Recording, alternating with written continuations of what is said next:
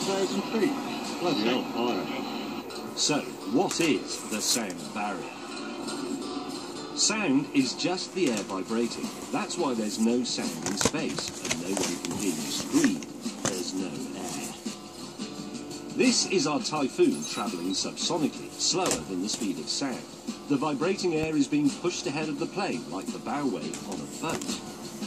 But when you approach the speed of sound, the air becomes ever more compressed. At the speed of sound, the oncoming air is no longer being warned of the aeroplane's approach. The result is a shockwave and a sonic boom. In the 1940s, the sound barrier was thought to be exactly that, a barrier.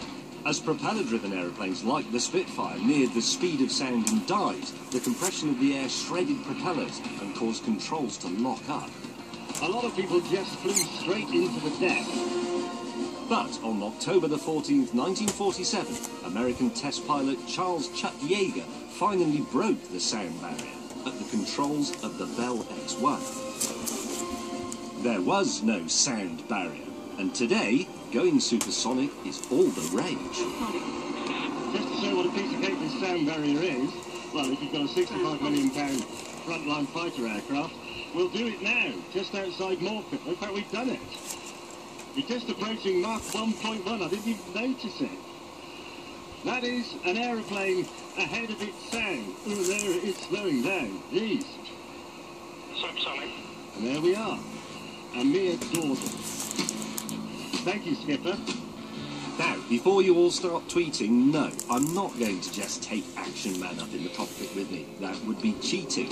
And unfortunately, the BBC refused to give us 65 million quid for an Action Man-sized Eurofighter, because they'd spent it all on the Great British Bake Off. So, let's have a look at the performance of the best Action Man-sized aeroplane we could afford. Now, the normal use for this is to fire hailstones at components of real aeroplanes to make sure they can withstand impacts up in the sky. That's the barrel of the cannon. We've sort of converted it to something a bit like the steam catapult of an aircraft carrier. A rod is fired from the cannon, drags a sledge along the rail on the top. The Harrier is mounted on that and is flung off as it reaches the end of its travel. Our plastic Harrier, like Buzz Lightyear in that other inferior Toy Story, is officially not a flying toy. But what if it were going really fast? We start with the catapult set at 200 psi, 7 times the pressure of a typical car tyre. Right, we're ready, Sim.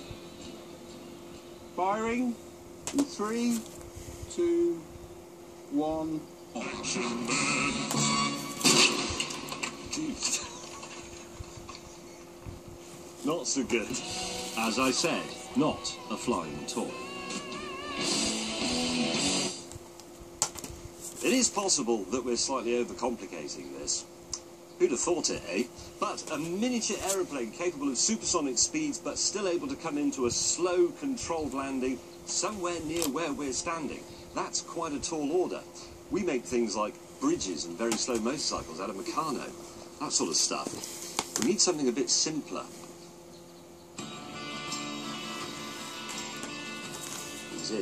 You join us at a very exciting moment. This is what we've decided to do. A free-fall Action Man jump from the stratosphere, followed by a parachute descent to Earth. Using a large weather balloon, we'll take Action Man up in a specially designed capsule covered in cameras and kit, transmitting information back to us. He'll free-fall from the balloon, go supersonic, and we'll go and recover him. If you think you've seen something a bit like that before, you're absolutely right. In 2012, Felix Baumgartner jumped from a helium balloon in the stratosphere at a height of 128,000 feet. On the way down, he reached a speed of Mach 1.25, 1.25 times the speed of sound. He remains the fastest unassisted person on, or indeed above, Earth. The balloon and the mood are buoyant. I'm going to start the cameras in the pod. Is that all right? Everybody happy? Yeah. Right.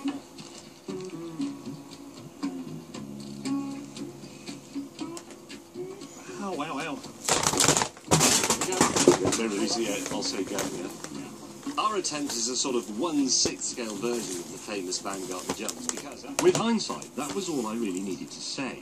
But it's a momentous occasion. I had some rousing rhetoric prepared. We're hoping for well over 100,000. And unfortunately, during my homage to Alan Wicker, the wind picks up.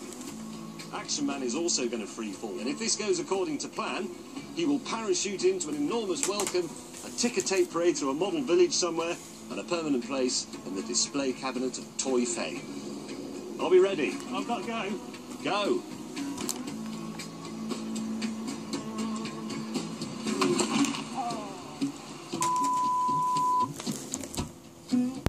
That beep was Steve saying, "Oh." In the 4 hours it takes us to recover the top of the capsule, summer rolls in.